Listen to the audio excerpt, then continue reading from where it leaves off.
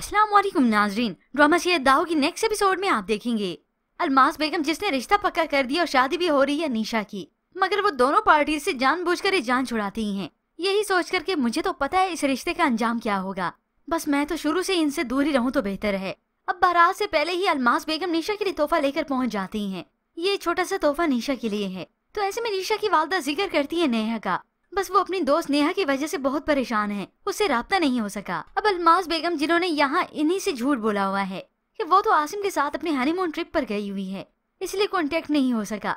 अब उन्हें झूठी तसल्ली दे देती है। मेरी नेहा से बात हो गई है, वो बता रही थी मैं निशा से बात कर लूंगी। असल में वो जहाँ पर गए हुए ना, वहाँ पर सिग्नल्स का बहुत मसला है।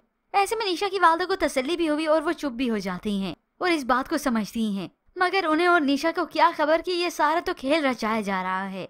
तो कुछ ही पल के बाद यहाँ पर आलियान आ जाता है। वो तो परेशान होने लगा कि हमारे बाद उसे कौन देखेगा।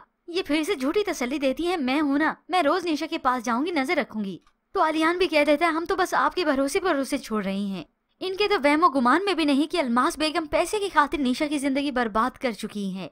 आगाज तो हो ही चुका है और वहाँ पर नेहा है जिसे अपनी टेंशनों और मसरूफियात से कुछ टाइम निकल ही नहीं रहा।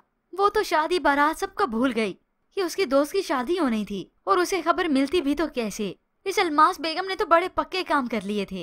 अब अलमास बेगम जिन्होंने जानबूझकर इजाजत दी थी कि नेहा की वालदा यहीं पर रह जाएं, सिर्फ नेहा की तवज्जो बांटने के लिए, अब वो वापस स्पॉलर से यहाँ पर आई है तो उसकी वालदा घर पे मौजूद नहीं। सुंबन ने बताया कि मैं शॉप पर गई हुई थी, लेकिन वापस आए तो वो जा चुकी थी।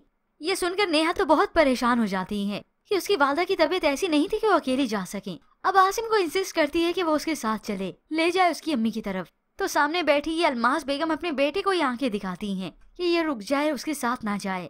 यूँ देखते ही देखते अलमास बेगम का यही बेटा सिर्फ उन्हीं के शिकंजे में आ जाएगा और नेहा को भी वो उसके दिल से उतार ही देंगी। यूँ बारात होती है तो आलियान अपनी बहन को तसल्ली देता है कि इतनी जल्दी में उसकी शादी सिर्फ इसी वजह से नहीं की कि मैंने रिदा के पास जाना था या मुझे अमेरिका में जॉब करनी थी। तुम्हें पता है ये सब मैंने किस लिए किया।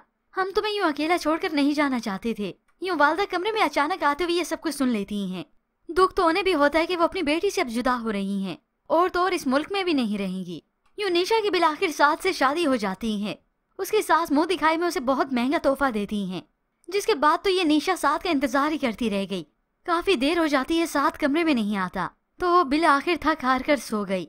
मगर ये इसे अंदाजा भी नहीं कि साथ तो अपनी पार्टी में ही मसरूफ है, दोस्तों के साथ नशे में धुत होता है। और इतने घंटों के बाद जब वो अपने कमरे में आया तो सामने सोते हुए इस निशा को पाता है।